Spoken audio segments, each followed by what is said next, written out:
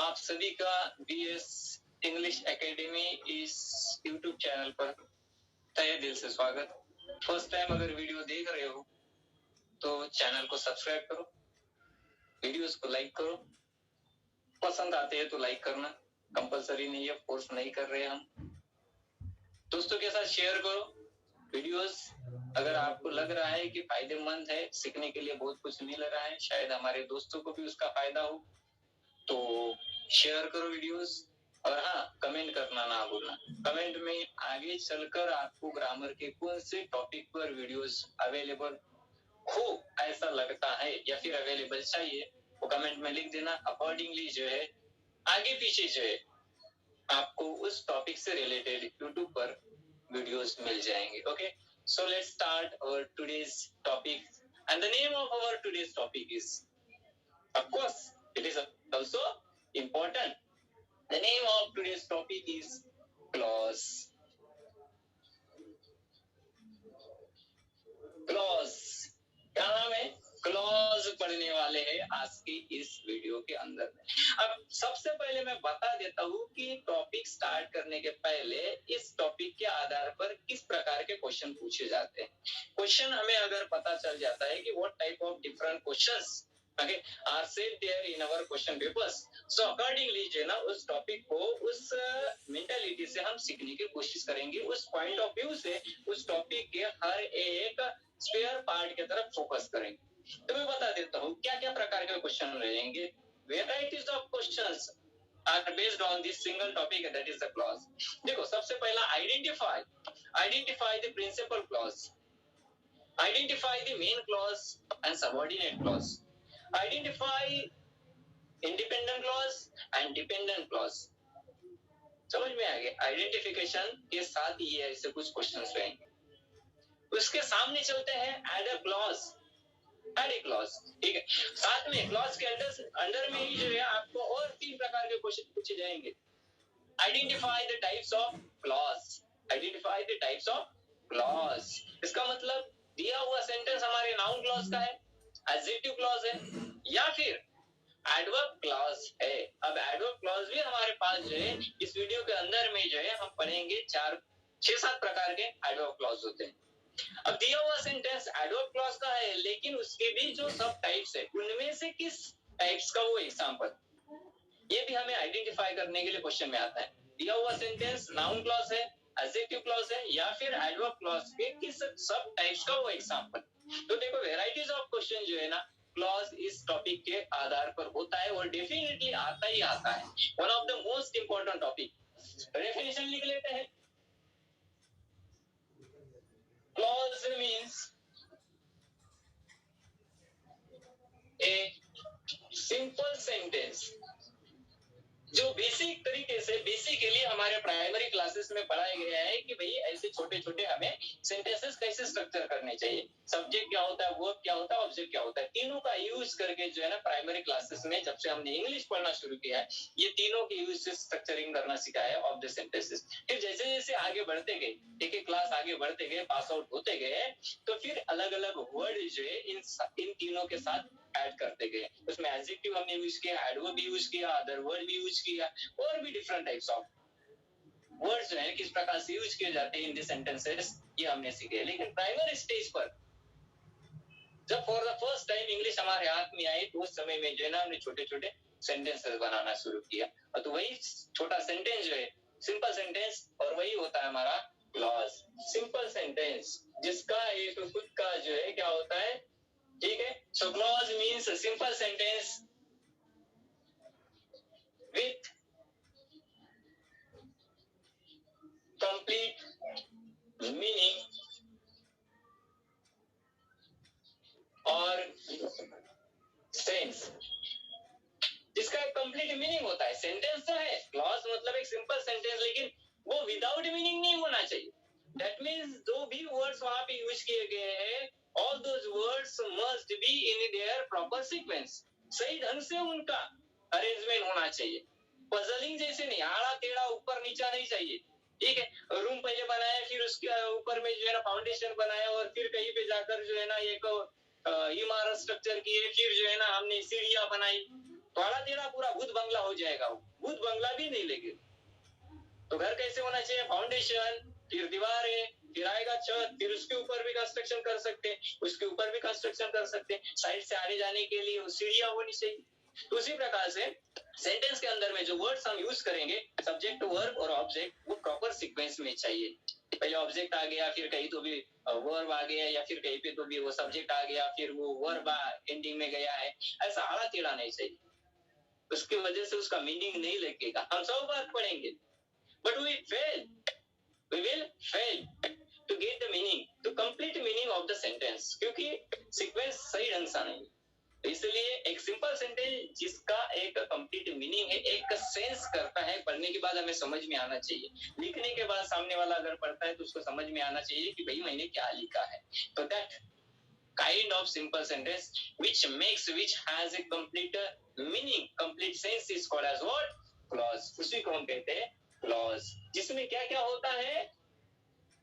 Subject होगा, ठीक है, प्लस वर्ब होगा, प्लस ऑब्जेक्ट होगा। सब्जेक्ट होगा, वर्ब होगा, ऑब्जेक्ट होगा। वर्ब किस फॉर्म में है वो दिया हुआ नहीं है यहाँ पे, ठीक है, मतलब किसी भी फॉर्म में, in any form it can be used there in the sentence, but there must be a verb. एक वर्ब होगा, ऑब्जेक्ट होगा, सब्जेक्ट होगा, ठीक। इसको और थोड़ा सा चलते हैं आगे। सो क्लॉज, ठीक है, जिसमें सब्जेक्ट भी है, वर्ब भी है, ऑब्जेक्ट भी है। अब ये क्लॉज को दो पार्ट में हम डिवाइड करते हैं, ठीक है, दो पार्ट से बनता है क्लॉज हमारा। एक होता है सब्जेक्ट, प्रेडिकेट।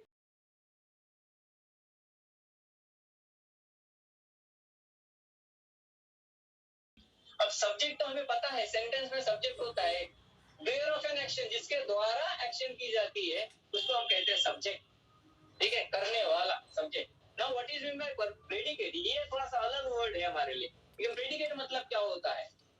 इसको दो पार्ट में हम डिवाइड करेंगे। दो अलग अलग वर्ड से बनता है हमारा प्रेडिकेट। इसमें आता है वर्ब, एक होता है वर्ब और एक होता है ऑब्जेक्ट, ठीक है, एक होता है वर्ब, एक होता है ऑब्जेक्ट। तो इनिशियली हमें क्या मिला? एक सब्जेक्ट, वर्ब एंड ऑब्जेक्ट। इन तीनों को मिलाकर इन प्रॉपर सीक्वेंस में हम जब सेंटेंस को स्ट्रक्चर करते हैं तो वो बनता है हमारा सिंपल सेंटेंस, और exactly that simple sentence is called as what? Clause. उसको ही क्लॉज कहते हैं, ठीक है। सो सिंपल सेंटेंस में क्या होता है? सब्जेक्ट होता है, वर्ब होता है, ऑब्जेक्ट होता है, और वही बात हमने यहाँ पे भी लिखी है under the title of clause. Subject है, वर्ब है, ऑब्जेक्ट। तो clause means what? Presence of subject, verb and object. Simple sentence, presence of subject, verb and object. इसलिए clause को एक simple sentence कहा जाता है, और simple sentence को ही हम clause भी कह सकते हैं या फिर कहते हैं, ठीक है। तो इस प्रकार से होती है concept of clause की। subject, verb, predicate, predicate दो पार्ट से बनता है, verb और object, और subject, verb, object, that means clause. अब सामने हम बात करेंगे कि जो क्लॉज होते हैं इसके कितने प्रकार होते हैं, इसके टाइप्स क्या होते हैं, ठीक है। सो प्रिंसिपल को ही जो है इंडिपेंडेंट क्लॉज भी कहते हैं, इंडिपेंडेंट क्लॉज, ठीक है। और इंडिपेंडेंट क्लॉज प्रिंसिपल क्लॉज को ही कहते हैं मेन क्लॉज, मेन क्लॉज। तो देखो तीन अलग अलग नाम है, लेकिन है तो एक ही के।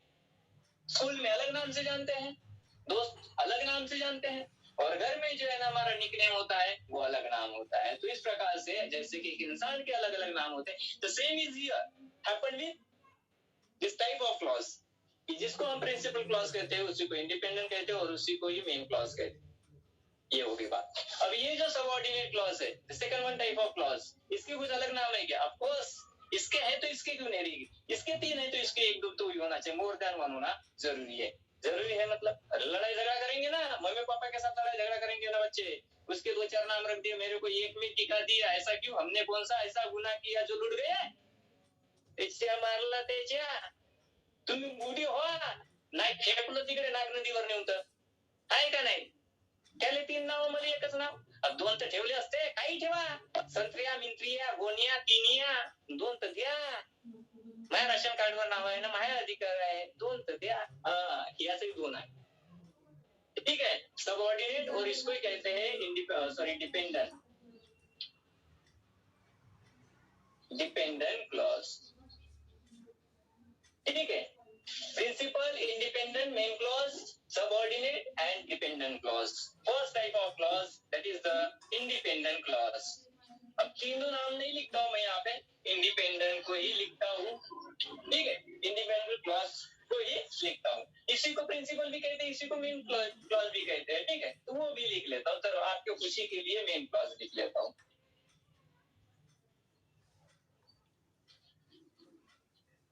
मेन क्लॉज, अब क्या होता है मेन क्लॉज या फिर इंडिपेंडेंट क्लॉज? इसकी डेफिनेशन कुछ इस प्रकार से रहेगी। सो इट हैज इसका जो सेंटेंस है या फिर जिसको हम मेन क्लॉज कहेंगे, या फिर सेंटेंस के किसी एक हिस्से को मेन क्लॉज कहने के लिए क्या क्राइटेरिया है, क्या कंडीशन, कब हम उसको मेन क्लॉज बोलेंगे और कब ऐसा क्या रहेगा उस सेंटेंस में जिसको हम सबऑर्डिनेट बोलेंगे। ऐसा ही नहीं? तो देखो क्या किसमें क्या होता है, सबऑर्डिनेट की क्या विशेषता है और इधर में मेन क्लॉज की क्या विशेषता है प्रिंसिपल की। So it has, okay, it has its own, it has its own subject and predicate, subject and predicate। तो यहाँ पे मैं बाकायदा अंडरलाइन दे रहा हूँ लीगल प्रोसेस के अनुसार, ताकि आपको कंफ्यूजन ना हो। So it has its own subject and predicate। तो जिसमें खुद का सब्जेक्ट होता है और प्रेडिकेट होता है, उसको हम कहते हैं इंडिपेंडेंट क्लॉज, उसको हम कहते हैं मेन क्लॉज। क्लॉज जिसमें सब्जेक्ट है, प्रेडिकेट क्या होता है अभी इसके पहले सीखा हम। तो जिसमें सब्जेक्ट, वर्ब एंड ऑब्जेक्ट होता है, उसको हम कहेंगे जो खुद का होता है। दैट मींस एक ऐसा सेंटेंस या सेंटेंस का ऐसा एक हिस्सा, पार्ट, चाहे वो स्टार्टिंग का हो या फिर एंडिंग का हो, लेकिन ऐसा एक हिस्सा जो कि सब्जेक्ट, वर्ब, ऑब्जेक्ट के साथ स्टैंड करता है, एग्जिस्ट करता है और उसका मीनिंग भी होता है कंप्लीट मीनिंग के साथ होने वाला, दैट इज इंडिपेंडेंट क्लॉज। अपनी मीनिंग के लिए दूसरों से भीख नहीं मांगता। It is not begging to others. बापू मदत करणं मला, तेव्हाच माझे एक्झिस्टन्स पूर्ण होईल, तेव्हाच मला लोक इम्पॉर्टन्स देणार, तेव्हाच माझ्या जिंदगीला काहीतरी अर्थ उरणार आहे। नाही, भीक मागत नाही। आता कोणी दिला तर नाही दिला म्हणते, आपण कोणाच्या बापावर डिपेंड नाही म्हणते, आपण सेल्फ डिपेंडंट, आपला हात जगन्नाथ। ठीक आहे, कोणी असलं काय ना नसलं काय, असूनही काय फायद्याचे नाहीत, नसलेलं तेच बरं आहे म्हणते। आपण खाऊन पिऊन सुखी आहे म्हणते। कोण? हा जो खाऊन पिऊन सुखी आहे, कुणाच्या बापाचा घेता येईल, कुणाच्या बापाला देतोय टांग, बरं म्हणते तुम्ही तिकडेच। इंडिपेंडेंट क्लॉज, कलर टाइट करून चालतो, राजेश थाट, तो इंडिपेंडेंट क्लॉज। देखो और भी लिख के देता, इट स्टैंड्स इंडिपेंडेंटली मतलब जो खुद के भरोसे जीता है। इंडिपेंडेंटली सासऱ्याने दिला तर कपडे घालीन, नाही तर असंच अलक निरंजन, तसं काम कार्यक्रम नाही ठेवत आहे। ठीक, आपल्या घरी कसंही घालेल, कोण कपडे घालते। काही लोक असे सासऱ्याने दिलं तर घालीन म्हणते, लग्नाच्या वेळेस सासऱ्याला सांगते होणाऱ्या सासऱ्याले, बापू अमका आणशील, तमका आणशील, त्याने तिकडून फोन करून विचारावं की तुझ्या बापाने काहीच नाही घेतला का बचपनापासून, बचपनाला होता तर ठीक आहे असाच नंगू पंगू, मग आता तसा फिरून राहिला का अलक निरंजन, काहीतरी घेणं, दरवाजाला पडदे लावलेले 1000 2 हजाराचे, 500 रुपयाची लुंगीच घे, आहे का नाही, 200 रुपयाचा धोतरच घे स्वस्त, पण गुंडाळणं राहिलं तरी ठीक है। सो इट स्टैंड्स इंडिपेंडेंटली, जो इंडिपेंडेंट स्टैंड करता है, मतलब उसको सपोर्ट की आवश्यकता नहीं, इलेक्ट्रिक पोल सपोर्ट की आवश्यकता होती है ताकि ना उधर झुके ना उधर झुके, मतलब वो दूसरे के ऊपर डिपेंड करता है। लेकिन ये जो है क्लॉज जो खुद के ऊपर डिपेंड होता है, किसी की आवश्यकता नहीं है, तो इसको कहते हैं इंडिपेंडेंट क्लॉज। अब सेकंड है हमारा डिपेंडेंट क्लॉज, जिसको हमने सबऑर्डिनेट कहा है। सबऑर्डिनेट से ही समझ में आता है ना, सबऑर्डिनेट मतलब जो जूनियर है और ये सीनियर है।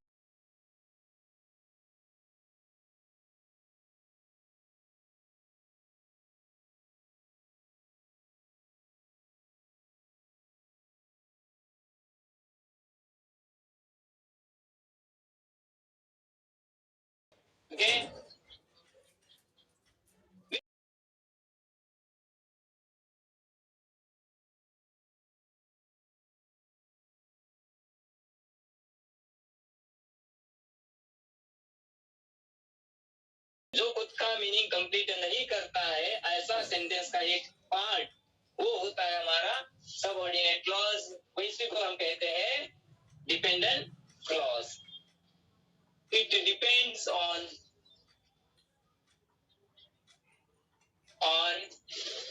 main clause. It depends on main clause to make sense. To make sense. Sense means meaning. तो इस प्रकार से दो अलग अलग प्रकार से हमारे इंडिपेंडेंट क्लॉज सबऑर्डिनेट क्लॉज होते हैं। That is the dependent clause and independent clause होते हैं। ठीक है, क्लॉज मतलब क्या होता है, इंडिपेंडेंट क्लॉज डिपेंडेंट क्लॉज वो भी समझ लिया है। अब हम सेंटेंस के द्वारा जो है ना समझने की कोशिश करते हैं, एग्जाम्पल के द्वारा समझने की कोशिश करते हैं कि इंडिपेंडेंट क्लॉज कैसे आइडेंटिफाई होता है और डिपेंडेंट क्लॉज कैसे आइडेंटिफाई किया जाता है। ठीक है, सिंपल सी बात है, सिंपल सी बात है ही नहीं, बहुत सारे लोगों के लिए बहुत ही कठिन ये है, मतलब एक प्रकार से जो है ना कि चैलेंज है, बहुत बड़ा टेस्ट है उनके लिए। आइडेंटिफाई नहीं करना होता है, आइडेंटिफाई करने के लिए जरा सा कुछ बारीक सारी चीजों के ऊपर ध्यान देना होता है। ये इतना सा वर्ड होता है, इतना सा एवढसा सुविशेष टोका एवढा सुद्धा नसते। त्या एका शब्दावर फोकस केला ना आपला आन्सर जमते, पण आपल्याला त्याच्या मागला धड गतीने तो एक एवढसा वर्ड सुद्धा ओळखता येत नाही। एवढी भारी जिंदगी आहे आपली। ठीक आहे, चला बघूया कसं आयडेंटिफाय करायचं। Here is a sentence. Example first.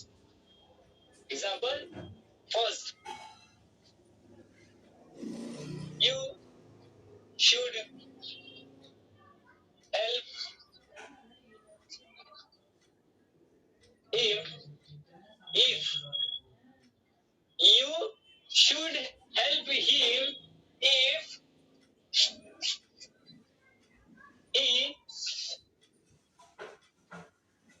helps you. तो ऐसा सेंटेंस है यहाँ पे, you should help him if he helps you. आप उनको मदद करो अगर वो तुम्हें मदद करता है। एक ही बार हमने फुल स्टॉप यूज किया है, बीच में कहीं भी फुल स्टॉप नहीं है। That means this one is a complete sentence and it makes a meaning, और उसका खुद का मीनिंग भी है। तो you should help him if he helps you. ठीक है, अब ये सेंटेंस को थोड़ा सा दो पार्ट में डिवाइड करते हैं, देखते हैं कि वो कंप्लीट सेंस कंप्लीट मीनिंग समझ में आता है नहीं आता है, क्या होता है। देखो ध्यान देना है। ठीक है, मैं जैसे कहता हूँ बिल्कुल ये एक सेंटेंस थोड़ा सा बारीक से समझ लो, बारीक से। ठीक है, मैं पढ़ता हूँ अभी, देखो you should help him, you should help him, full stop देता हूँ। आपको उसको मदद करना चाहिए, आपको उसको मदद करना चाहिए। समझ में आ गया ना कि सामने वाले ने क्या कहा है, सर ने आपको क्या बताया है कि आपको दूसरों को मदद करना चाहिए, आपको उसको मदद करना चाहिए।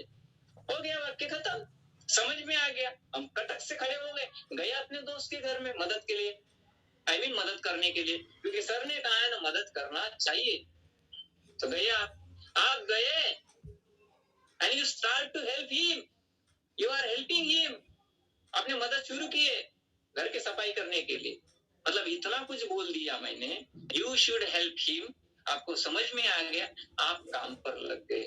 मतलब ये जो सेंटेंस मैंने पढ़ा है, लिखा है, बोला है, यू शुड हेल्प हिम, ये पूरे मीनिंग के साथ है, आधा अधूरा नहीं है। आधा अधूरा होता तो शायद आप मुझे क्वेश्चन करते, वी डिडंट गेट एनीथिंग, आपने क्या कहा है हमें बिल्कुल समझ में नहीं आया, लेकिन समझ में आ गया। That's why you stand and go there. ठीक है, and when there and reach there, चले गए, पहुंच गए, लगे काम पर। तो इतना सा सेंटेंस पढ़ने के बाद, सुनने के बाद, when man takes action, that means it is a meaningful sentence.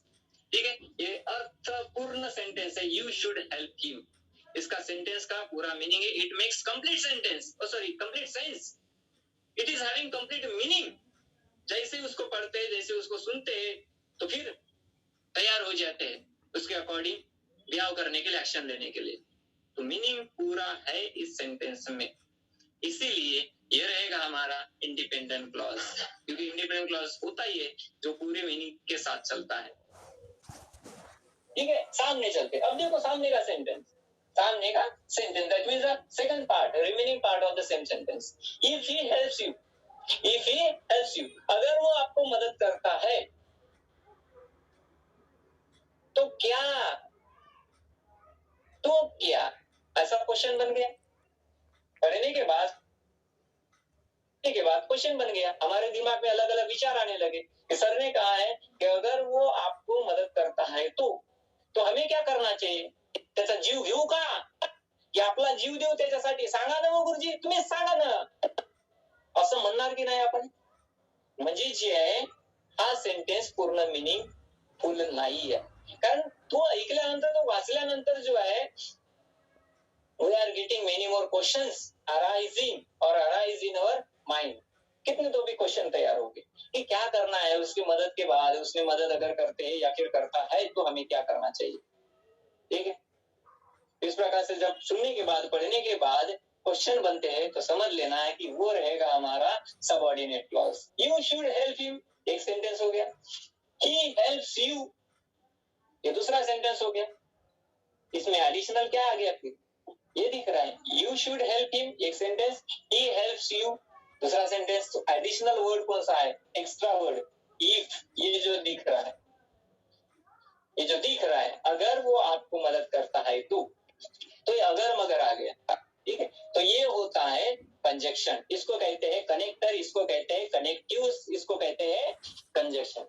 Conjunction क्या होता है हमने सीख लिया, दो अलग अलग पार्ट को, पार्ट ऑफ स्पीच के वीडियोस ऑलरेडी अपलोडेड है, जाके समझ सकते हो आप कि कंजक्शन मीन्स व्हाट।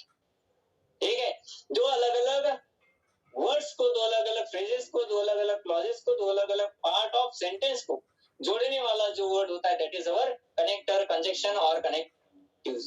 तो ये जो दो अलग अलग पार्ट है सेंटेंस की, if he helps you and you should help him, दो अलग अलग पार्ट। जोड़ने का काम वेरिएबल करता है, सेम वही जोड़ने का काम यहाँ पे कंजक्शन करता है। कंजक्शन ही इम्पॉर्टंट है।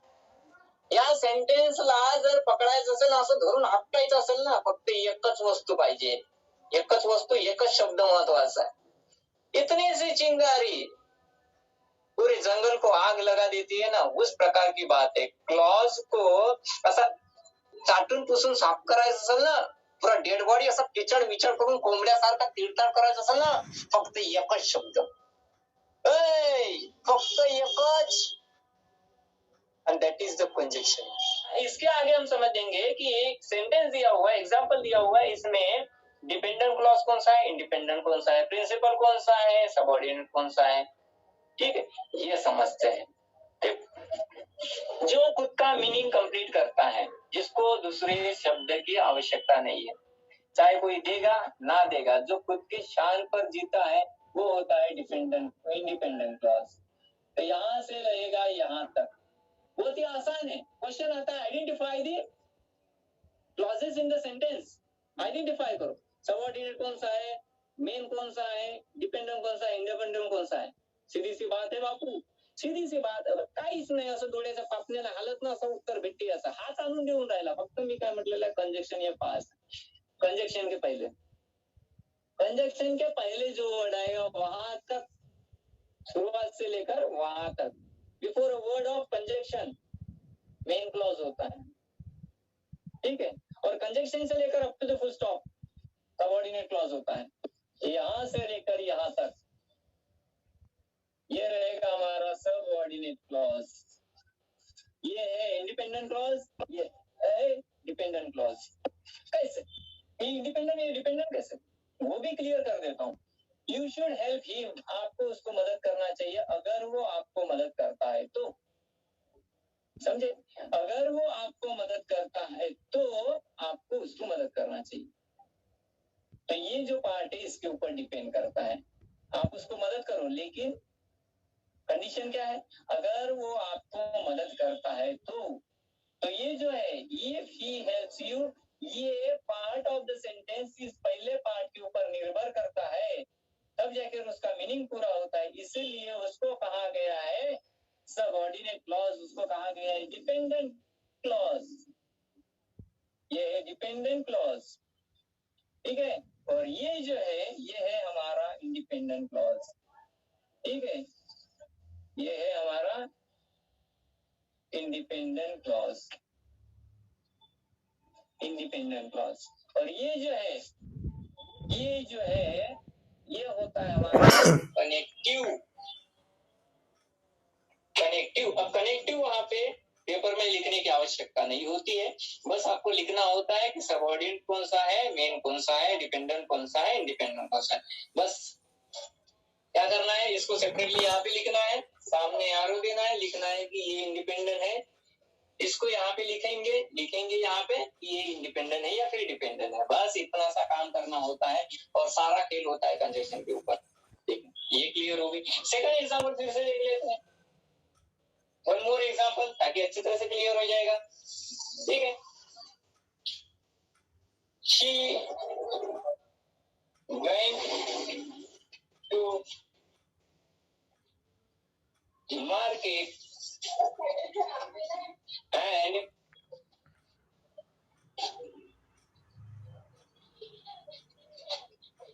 bought fruits. She went to market and bought fruits. वो मार्केट गई और उसने फ्रूट्स खरीद के लाए, फ्रूट्स खरीदे। ठीक है, तो यहाँ पे she went to market, वो बाजार से ली गई, हो गया ना मीनिंग कंप्लीट। समझ लिए, कोठे गेली वो बाजारात गेली, जाऊ दे मग मी नंतर येतो, सिंपल सी बात है। उसने बोला बाजार में गई है और हमने बाल को जाना शुरू कर दिया है, समझ में नहीं आया तो बाल कुजा रहे हैं कि बाजार में गई मतलब एग्जैक्टली क्या है उसका मीनिंग, अगर समझ में नहीं आता तो अलग बात, लेकिन समझ में आ गया ना कि वो बाजार गई करके, घर वापस जाएंगे, बैठेंगे, तो ये है she went to market। सामने क्या दिया हुआ है, and bought fruits, और फ्रूट्स लाए, कहां से लाए, कितने लाए, कब लाए, ये सारे क्वेश्चन बनते हैं। इसका मतलब यहां से लेकर ये जो पार्ट ऑफ सेंटेंस है इसका मीनिंग पूरा नहीं हो रहा है। जब मीनिंग पूरा नहीं हो रहा है इसका मतलब वो सबऑर्डिनेट रहेगा, वो इंडिपेंडेंट रहेगा। तो देखो यहां से she went to market, ये हो रहा है हमारा इंडिपेंडेंट, ठीक है। और ये यहां से ये वाला हिस्सा जो है ये है हमारा डिपेंडेंट।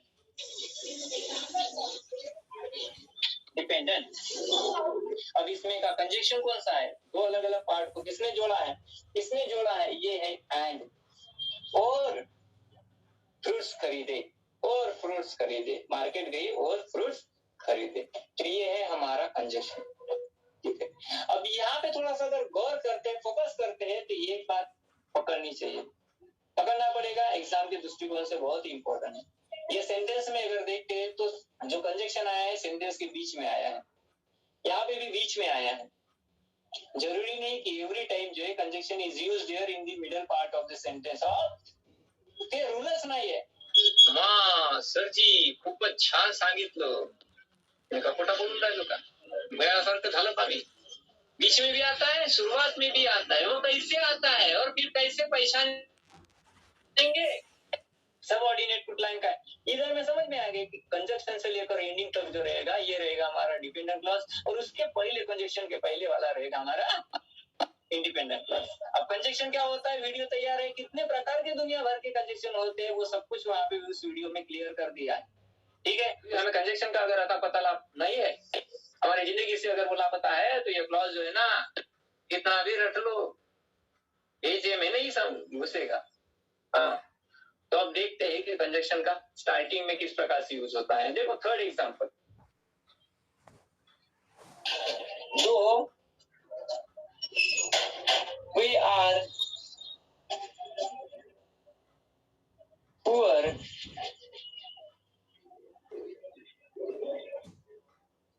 we are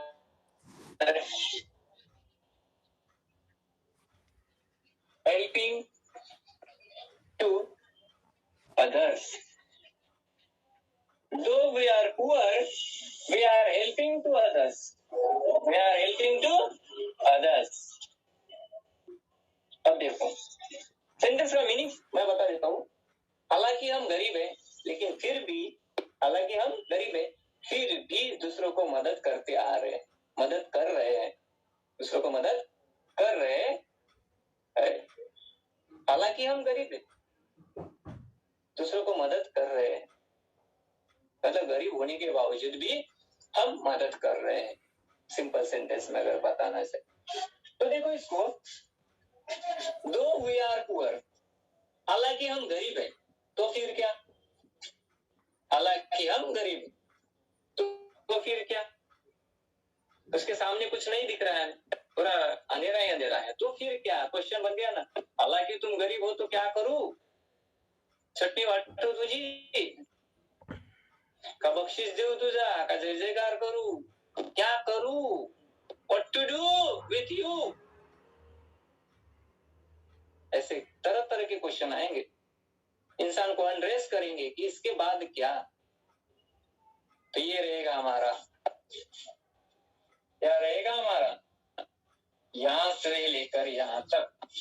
अब सामने का देखते हैं, टू अदर्स, हम दूसरों को मदद कर रहे हैं, हम दूसरों को मदद कर रहे हैं, अच्छी बात है। समझ में आ गया, पूरा समझ में आ गया हमें, पूरा पिक्चर, पूरा सीन, पूरा एवरीथिंग समझ में आ गया कि आप दूसरों को मदद कर रहे हो, अच्छी बात, मीनिंग हो गया इसका। लेकिन ये जो है पहला कहता है कि हालांकि हम गरीब है तो क्या, ऐसा क्वेश्चन बन गया। तो जब भी क्वेश्चन बनता है समझ लेना कि वो आधा अधूरा है, आणि त्याचा जर अर्थ समजला असतं, प्रश्न कशाला विचारला असतं, पागल कुत्रा खावला ना बाजारातला आपल्याला मटण खाण्याच्या दुकानातला, नाही ना, आपण तर चांगला बसमध्ये गेलो, मेट्रो ट्रेन मध्ये, पागल कुत्रा चावलंच नाही। परंतु ही ते वाचल्यानंतर, हे ऐकल्यानंतर, जे हे लिहिल्यानंतर आपण समजतच नाही त्याचा अर्थ काय आहे। आधा अधूरा, इट इज इनकम्प्लीट सेंटेन्स और it is a sentence which has an incomplete sentence, an incomplete sense, or it is the sentence or the part of sentence which hasn't its complete meaning, which is without its complete meaning, पूरा meaning नहीं है उसका। So that's why, independent, and we are helping to others, ये रहेगा हमारा independent clause। We are helping to others, independent clause। Though we are poor, हालांकि हम गरीब है, ये रहेगा हमारा डिपेंडेंट क्लॉज। इधर लिख लेता हूं मैं, डिपेंडेंट क्लॉज, और ये रहेगा हमारा इंडिपेंडेंट, ये रहेगा हमारा इंडिपेंडेंट। अब ये जो सेंटेंस लिखा हुआ है इसमें थोड़ा सा गौर फरमाते हैं। देखो सिंपल सी बात, तो ये जो है, दो वी आर पुअर, हालांकि हम गरीब है, यहाँ पे देखो एक कॉमा लगा हुआ है, कॉमा। अब बाकी कहीं पे भी कॉमा नहीं दिख रहा है, कहीं पे भी कॉमा नहीं दिख रहा है। चमारला इथंच कॉमाला जागा भेटली, इथंच सायकल पार्किंग केलेलं आहे त्या गोम्याने, कॉमा इधर आ गया, इधर ऊपर में नहीं है। ऐसा का हुआ, इधर में नहीं है, इधर में है। इथंच काऊन दिलं लिहिणाऱ्याने, छापणाऱ्याने इथंच का बरं दिलं, तिकडे का बरं देणार? उसके पीछे भी कुछ ऐसा राज है। काय है? राज। कौन सा राज? बताता हूं। इधर में कंजक्शन बीच में लगा है, तो कंजक्शन ने उस कॉमा को रिप्लेस करके फेंक दिया है, बोले कि तू नहीं रहेगा, मैं आता हूं, जहां पे मैं हूं तू नहीं रहेगा, middle part of the sentence. लेकिन ये थर्ड सेंटेंस जो है ना, इसमें थोड़ा सा ऑब्जर्व करते हैं, यहाँ पे जो कंजक्शन आया है सामने आया है, इसीलिए कॉमा को लगा, अरे बापा आपल्यासाठी तो आहे ना जागा, टमकन असं जाऊन बसला, टमकन आहे म्हणते, जागा म्हणते, आणि तो पॅसेंजर तिथे ड्रायव्हरच्या जवळ जाऊन बसला। ओ, ये उधर में जाके बैठा है, इसलिए बीच में कंजक्शन आया, सॉरी कॉमा आ गया। तो ये जो दो है, ये है हमारा कंजक्शन। हालांकि ते हालांकि काय आहे, सब्जेक्ट आहे का, वर्ब आहे का, ऑब्जेक्ट आहे का, ऍडजेक्टिव्ह आहे का, ऍडवर्ब आहे का, काहीच नाहीये। मग आहे काय, सेंटेन्स मध्ये वापरलेला आहे तरी काय, आहे ना काहीतरी, काहीतरी आहे म्हणून असं वापरला ना, काहीतरी आहे म्हणूनच येऊन राहिला आपल्या घरी चहा प्याले, त्याचा आपला काही धागा दोरात नसतं तर आला असता का, ए टोमी आहे का बे घरी, बनवलास का चहा, नहीं, काहीतरी है, पुराने जमाने की रिश्तेदारी, पुराने जन्म का कुछ तो भी है रिलेशन। दो, ये है हमारा कंजक्शन। सो कंजक्शन जब स्टार्टिंग में आता है, कंजक्शन जब स्टार्टिंग में आता है तो फिर अंडरलाइन कहां से कहां तक होना चाहिए, कौन सा हिस्सा part of the sentence independent होगा और कौन सा इंडिपेंडेंट होगा। कंजक्शन से लेकर कॉमा तक, कंजक्शन से लेकर कॉमा तक, और कॉमा के बाद कोई तो भी प्रोनाउन आएगा, कॉमा के बाद कोई तो भी प्रोनाउन आएगा। ये देखो कॉमा के बाद वी आया है, वी क्या है, प्रोनाउन है। सो सेंटेंस में उस हिस्से तक अंडरलाइन रहेगी हमारी जहां तक हमें प्रोनाउन नहीं दिखता है, जहां तक हमें कॉमा नहीं दिखता है ह्या खिचून वळवा जोपर्यंत कॉमा दिसत नाही, जिथे कॉमा आला तिथं ब्रेक, ये रहेगा हमारा डिपेंडेंट क्लॉज। और उसके बाद प्रोनाउन से लेकर up to the end of sentence वो रहेगा हमारा इंडिपेंडेंट क्लॉज, वो रहेगा हमारा इंडिपेंडेंट क्लॉज। तो इस प्रकार से कभी कभार स्टार्टिंग में आते हैं कंजक्शन, कभी कभी बीच में आते हैं। आइडेंटिफाई करना बहुत ही आसान है, आसान कर दिया है। कंजक्शन से लेकर प्रोनाउन तक या फिर कॉमा तक लेके जाओ, वो रहेगा हमारा डिपेंडेंट क्लॉज। उसके बाद जो प्रोनाउन है वहां से लेकर एंडिंग तक या फिर कॉमा से लेकर एंडिंग तक जो रहेगा वो रहेगा डिपेंडेंट क्लॉज।